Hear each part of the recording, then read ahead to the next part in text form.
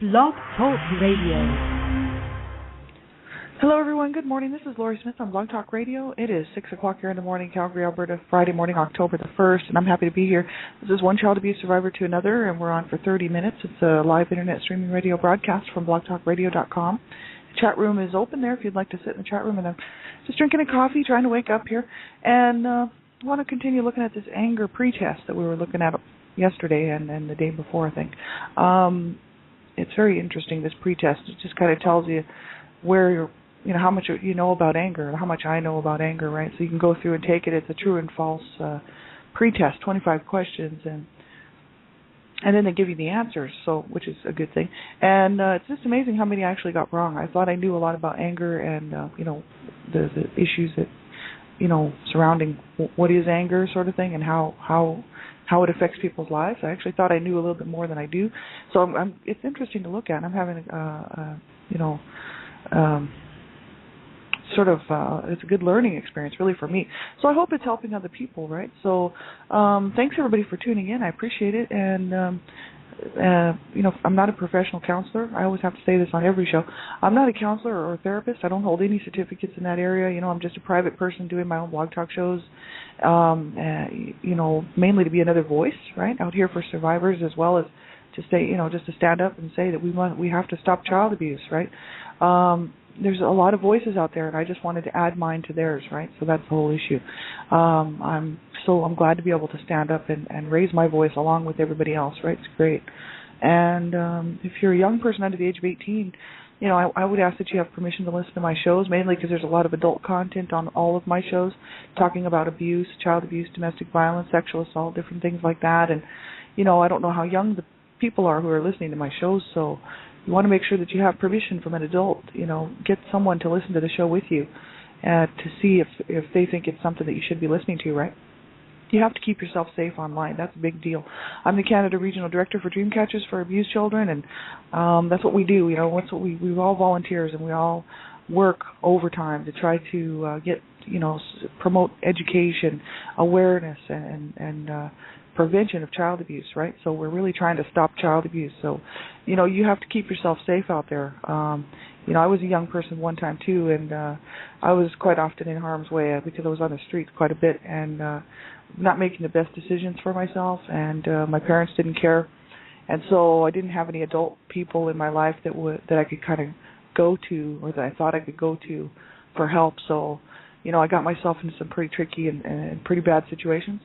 So that's why I'm just asking all young people under the age of 18 to start getting into the habit, if you have a parent or somebody who cares about you, to make sure that they know what you're doing so they can help protect you, and that you can help protect yourself from the child sexual predators and crazy pedophiles and whatnot who are always trying to get a hold of children, right? It's so important. And, listen at your own discretion, everybody. I'm really, this is it's all about truth for me, and so my shows are very sensitive, so you have to listen at your own discretion. If you think that the show topic or just what I'm talking about might bother you, then you have to turn the show off, because we all have to be responsible for what we listen to.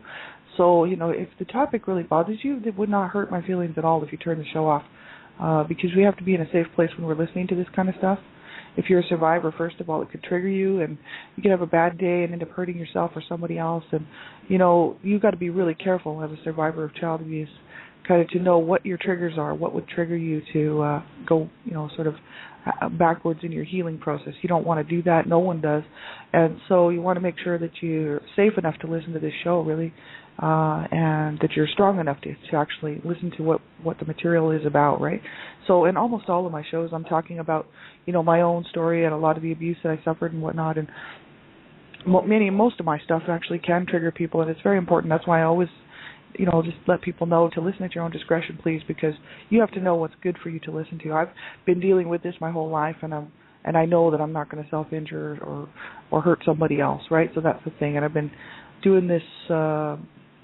I've been living with abuse my whole life, and then living with the aftermath of the abuse my whole life. So, I'm perfectly comfortable talking about this stuff.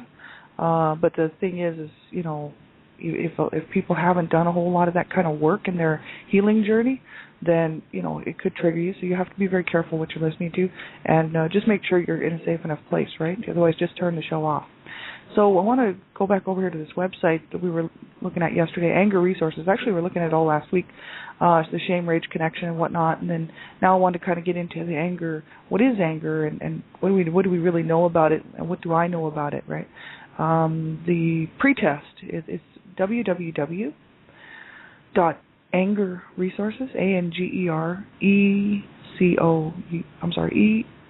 let me get that for you. Sorry about that. Hold on just a second. I could spell it yesterday, but see, now this morning I'm tired, so it's like, okay, how do we spell that again?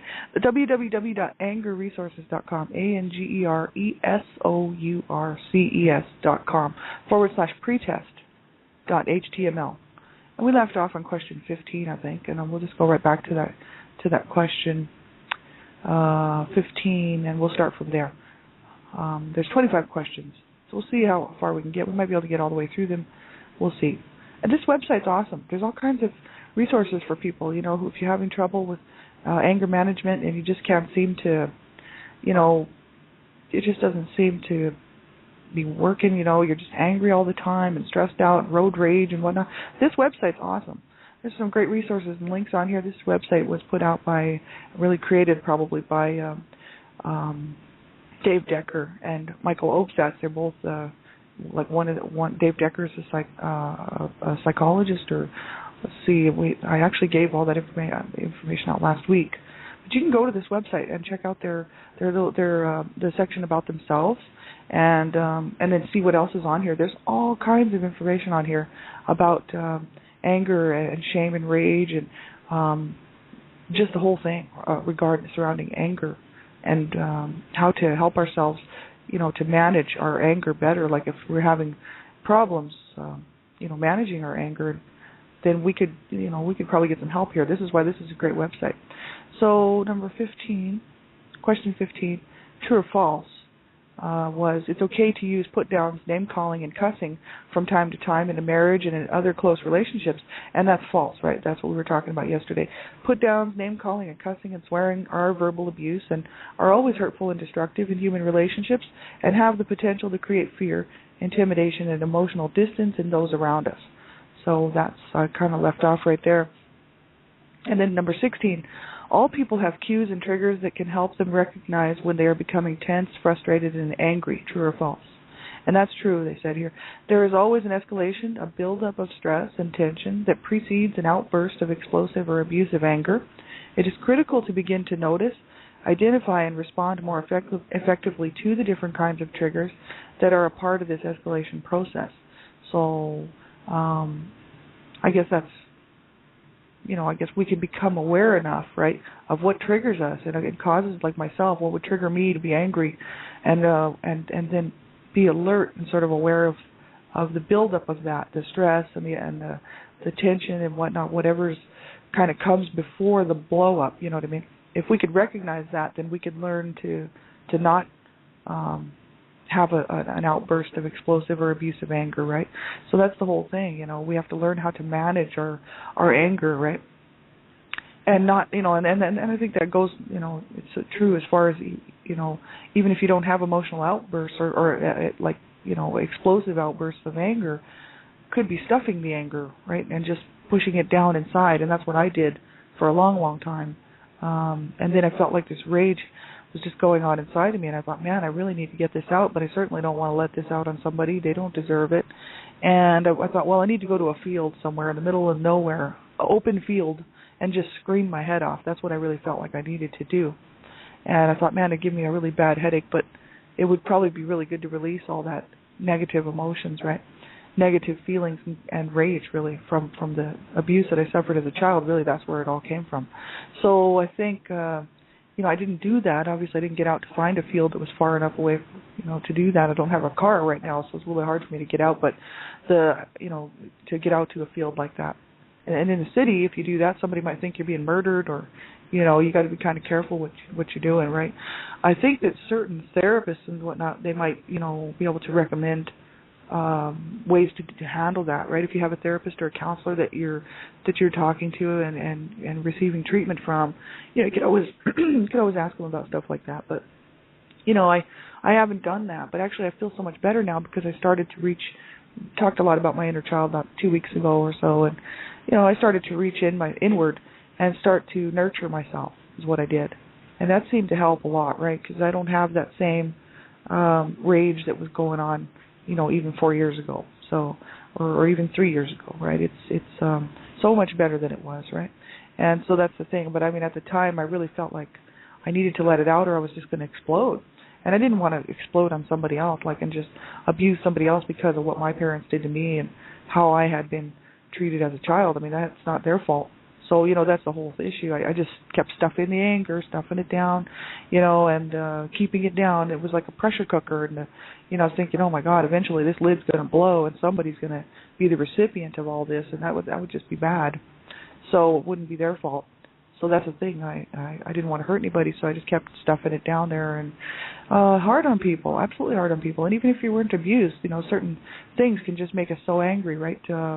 In life, right? Things that come up. Anger is a natural response, and unless we really learn how to channel it and how to I guess positively use it to our advantage, right? We can really. It's very damaging.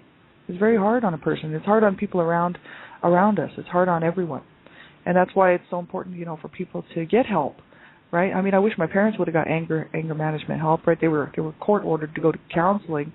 They should have been court ordered to go to anger management courses or something. But this is back in the 1960s, and there weren't too many people that cared about child abuse back then.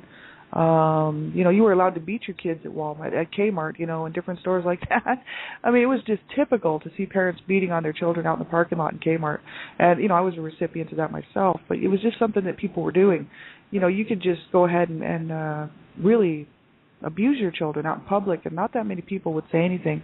They would usually say, yeah, give it to them, let them have it, or, yeah, she's look at that bad kid, she gets what she gets, sort of thing. That was the attitude back then in the early 70s, like the late 60s, early 70s. People, there was a sense that it was okay to do that to your children, or to verbally abuse them out in public, right? And nobody would generally look down upon a parent or say anything about it. Abuse was pretty much, it's kind of, lately, thank God, because of the people that are speaking out against abuse, and then all the people that are standing up, to say, hey, we need to stop child abuse, things have changed, it still needs a lot of work, and obviously because, we see the reports coming in, but the whole issue is that, back in those days, people actually kind of encouraged it, and back, when I was going to school and whatnot, like they still used the board for punishment. In the school that I went to, and I think some schools still do in Texas and different places like that. But if you went to the principal's office, you were going to get the board, right? So I mean, I got the board, and so I was being abused at home, being abused at school, being abused out in the parking lots, out in the public, and nobody said a word, right? So it's pretty hard. Those people needed anger management courses, is what I'm saying. I mean, all these people that abuse people. These teachers and these principals who beat on kids, and these parents who abuse their children, right? All these people that abuse each other, they're the ones that need the anger management classes, right? There's no reason to abuse a child or a person like that. It's all just a matter of control. It's a way of it's an old, archaic way of controlling, right? It's from the old days. This is 2010. We can talk things out. We don't have to get violent and abuse people, right? And if we can't talk it out, that means the person's got a problem and they need some psychiatric help. I mean, if a child is so, if there's never been any abuse in the home and the child is so out of control, they need help, not a beating, right? They need some sort of counseling or something, right? If the parents just can't, get through to the kid or to the child, and the child is definitely having problems, emotional difficulties, it's because there's emotional problems. There's something going on. There could be mental illness or, any number of things, right? And so it's no good for parents to beat on their children because it just makes it worse, right? So we're trying to control them through verbal abuse or psychological abuse, emotional abuse, right? So there's better ways, right? And that's the whole issue. This is 2010. Everybody needs to wake up and smell the coffee. It's not caveman days, everybody walking around with a club beating on each other. And this is what really makes me mad, and I like even just using, some examples here. Because people that do that stuff, to me, they're the ones that need the anger management courses. Because, anybody that gets mad enough that's going to lash out at somebody needs an anger management course.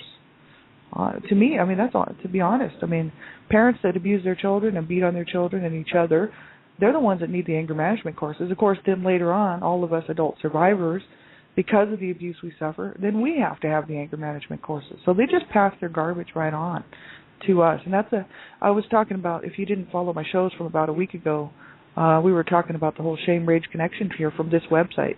So make sure, if you've been abused as a child and you feel like you have a lot of rage and whatnot from that, that's a great section on this website. So you take a look at that and see what Dave Decker had to say about it, because it's really, really interesting, and I got a lot out of it myself with the shame rage connection. We can write our own life script. We don't have to. That's what Dave Decker says here on this website. We don't have to play out that life script that was written for us so many years ago. We can get our own life script. We can have a good life. We can create our own awesome life script. And all we have to do is sit down and figure out, hey, what's my script going to be? Well, my script, I wanted to have so much of a better life. I thought I did not deserve all that garbage that was put on me, and I thought, man, if I just ruined my life and because of it, then I've let my parents win, and I'm just determined. I'm like a dog with a bone not to let my parents win this fight.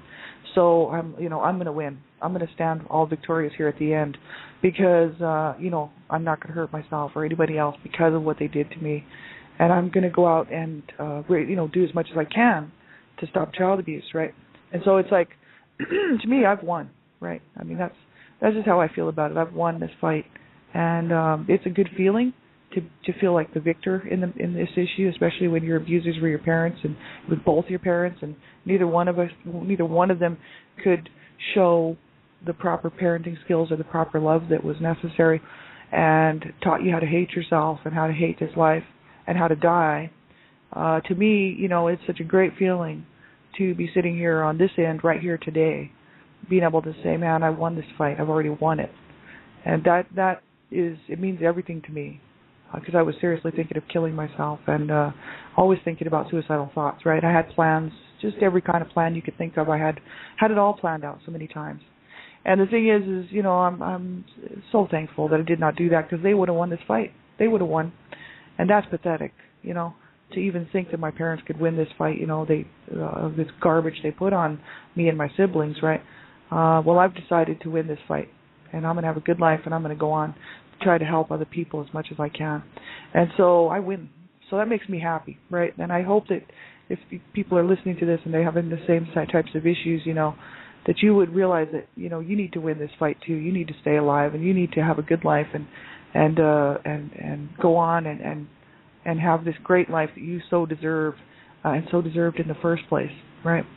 So, but we are ultimately responsible for it. So we have to write our own life script. And I really like what Dave Decker said here that on this shame rage connection section, right? It's really awesome. So question 17, temporarily getting away from a potentially volatile situation is one way to start to learn to handle anger more effectively. Is that false or true? Temporarily getting away from a potentially volatile situation is one way to start to learn to handle anger more effectively. They said that's true. So taking a time out, which means temporarily leaving a situation where you notice yourself becoming more and more tense, angry, and escalated, is an important first step in learning to handle anger more effectively. And this strategy can give you the opportunity to figure out what is going on within you, can help you calm down, and can lead to returning to discuss the issue without saying or doing something that you will only end up regretting later. So that's very interesting, taking a time out. So,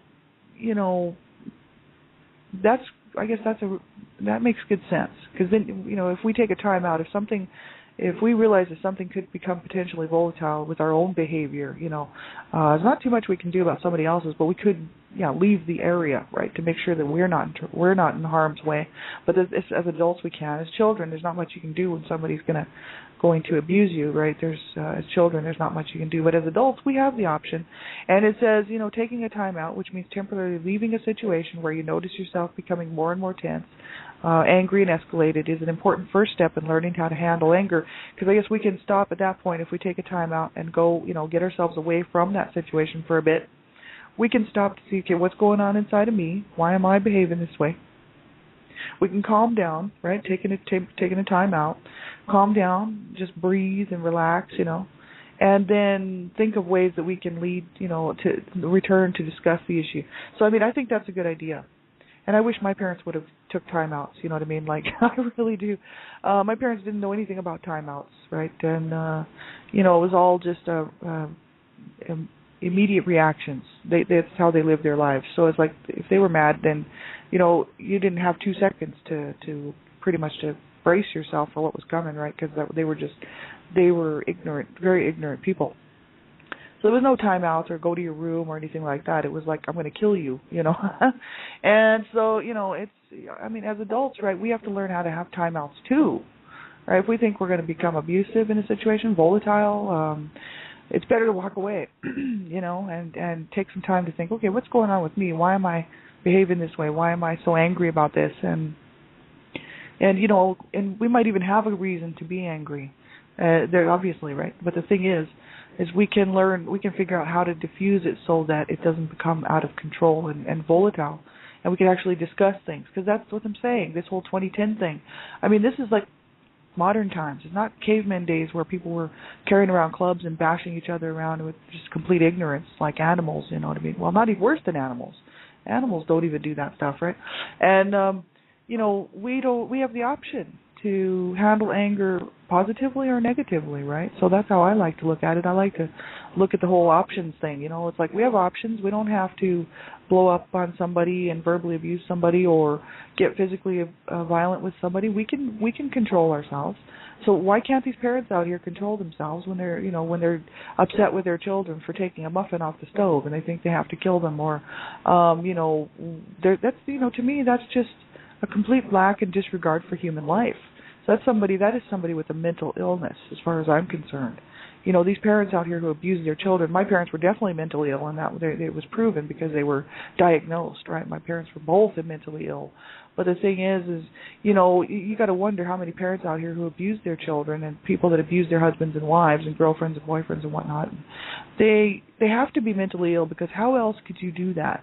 To me, it's like they need serious, heavy-duty counseling, because what they put their abuse on everybody else, and then the other person has to have counseling, whether it's a child or the other partner. This is absolutely ridiculous. When everybody could just take a time out, and just walk away from the situation and say, look, I'm going to take a breather here, and I'm going to come back when I feel like I'm ready to handle this, and we'll handle this in a manner that is appropriate. And I've actually seen so much of, as an adult, in my adult life, so much garbage from other adults who are just throwing temper tantrums out in public, acting like worse than a 2-year-old would act, or a 3-year-old, just throwing these temper tantrums. These are like 30-year-olds, 28-year-olds, 40-year-olds, and you're thinking, oh my God, if they're this way out in public, how are they at home? And if they have children, then you feel really bad, because you're thinking, oh my God, you can imagine if they're trying to behave themselves out in public and they still can't, you can imagine how they are at home with their children, right, or with their partners, because they're throwing tantrums. And just, that's really bad behavior. And it needs to be corrected, we all have to be responsible for our own behavior. And that's the whole issue. That's why I don't excuse abuse away. There's no excuse for abuse as far as I'm concerned. And how could there ever be an excuse for abuse, right? There is no excuse for abuse of any type, because it's the choice that the person makes. It's a choice they are making to do. They are choosing to do what they're doing. So anytime a parent yells or screams at their child, they are choosing to do that. Anytime a parent throws their child out of the house, they're choosing to do that. Anytime a parent beats on their child or sexually uses them, they're choosing to do that. It's a choice. Abuse is a choice, And so we have to be responsible for our own actions. And that's one thing that my parents would never do. They would never take responsibility for their own actions. It was always somebody else's fault. It was the kid's fault. It was my dad's fault. My mom would quite often blame my dad for everything, which, she figured it was all his fault, even though she was my main abuser. And my dad, he just blamed everything on my mom. Well, it's all her fault. And he was also an abuser, And so, the two of them never took responsibility or accountability for their actions. And even today, my dad still won't. He blames it on the devil, the 1960s, and something else, I forget. But he has this little thing that he says, because I call him on it all the time. You know, whenever I see him, if we're talking about the past and he starts to get abusive with me, I tell him, you have to take accountability, because he's still abusive. He's 87 years old, but he's mentally ill, right? So, I mean, he's very sick in the mind, right? He's very sick in his heart and his mind, right? So he's still abusive, right? So he's not a good man. And so when he starts pulling his garbage with me, because he's still living, you know, when I do talk to him, I just tell him like it is. You know, you've been a jerk all your life, and why don't you straighten up? You know what I mean? Like, look how you treated your family. Look how you treated your wife, and look how you treated your children. I mean, I called him on it, to his face, and I've been doing this forever, and that's, you know, pretty much when I was a kid. That's a lot of the reason why I was treated the way that I was, because I was not accepting their behavior. I was thinking that their behavior was horrible, you know, because I watched what they did to my brothers and sisters, right? And then what they did to me, and I was really, like, not happy about it. So, you know, today he said, well, no, it was the 1960s. It was just the times. He won't take any responsibility for it, and my mom neither. My mom would never ever take responsibility for her behavior and her actions and the abuse that she put on me and any of my other siblings. So that's the thing. We have to be responsible for our behavior. If we're behaving badly, it is our responsibility. And so if we're abusing people and we're being abusive verbally or psychologically abusive towards people or even physically abusive towards people, it is our fault. We have the choice to not do that. And so that's why I don't excuse abuse. There's no excuse for it. And people out here, you know, who think that there is excuses for child abuse, you know, they're completely wrong. Abuse is a choice. It is 100% preventable. And so that's what makes me really angry about this. People choose to hurt their children. They choose to hurt their partners. They're doing it because they want to. Now, how could you want to do that to somebody? You know, then they might come back and say, oh, I didn't mean to hurt you. Now, my parents never said that. They would say, I'll hurt you again if you keep that up. You know, they were very much they were very sadistic, you know, masochistic, right? But, you know, I've seen in other books and stuff where parents will, you know, if there's domestic violence and whatnot, where the other partner would be like, oh, I'm sorry, and I won't ever do it again and stuff. I mean, I've read up on this. This is not the case in my family, but I've seen examples of it in books and whatnot. You know, and they always have these things like, oh, I didn't mean to hurt you sort of thing. And it's like, really? Well, then why did you do it? No, they do mean to hurt you. That's the whole issue. And abusers do mean to hurt people. That's why they're doing it. Otherwise, they wouldn't be doing it. And then they can sit there and feel all sad and, oh, I'm such a bad person, I'm such a lowly person, you know, trying to get back in your good books after they've beat you up or verbally abused you or psychologically, whatever. You know, that's the whole issue. Abuse is the choice that we make. So we can either choose to be a part of the problem and, you know, be volatile, or we can take a time out and go and straighten up our own behavior and learn how to diffuse our anger so that we don't hurt somebody. Right, that is just so important. Number 18, if people are angry, they should always express it directly to the person they're angry with, and that's false. They said, although sharing your anger with someone directly is one option, talking it out with another person who is not involved with your anger and working it out within yourself and then letting it go are others. So there's ways to handle it. We don't have to just, if people are angry, they should always express it directly to the person they're angry with. We can always work it out first. I think that's very important, is to work it out within ourselves, work it out with somebody else, even just to run it by them, to say, look, I was really mad about this happened, and I'm so upset about it. You know, it sort of allows us to vent it out, first of all, to somebody that's third party, not involved in the whole thing, and then to sort of have them, you know, to see how they can, you know, how they would handle it. And this way you diffuse it. It like diffuses the anger, and then then we can go and talk to somebody about it, or, you know, whatever we're going to do, right? So this is some good stuff, and I hope you guys will check this out, www.angerresources.com. And we'll pick up on question number 19 on Monday, because I want to finish this off. So we'll look at that Monday, and I'll be back on tonight on my own show. Child Abuse Prevention and Human Rights Abuse Prevention is up to us at 9:30 p.m. Mountain Standard Time. But I'll also be on Dreamcatchers Talk Radio tonight www.blogtalkradio.com/dreamcatchers. And Donna Shear and myself will be bringing out the headlines and discussing the headlines and whatnot, the child abuse headlines. So I hope you can join us then. If not, have a great weekend. Take care of yourselves. Keep reaching out. Keep looking for that help, that hope wherever you can find it. You do deserve to have a good life. You do count. You do matter. I count. I matter. And we have to just reach it out. We have to keep just looking for that help and that hope wherever we can find it. So you keep going. And, if you need something, just get a hold of me on Blog Talk Radio here or Facebook or whatever. I'm always around at some point. So take care of yourselves, everybody. Have a great day, and we'll talk to you soon. Bye-bye.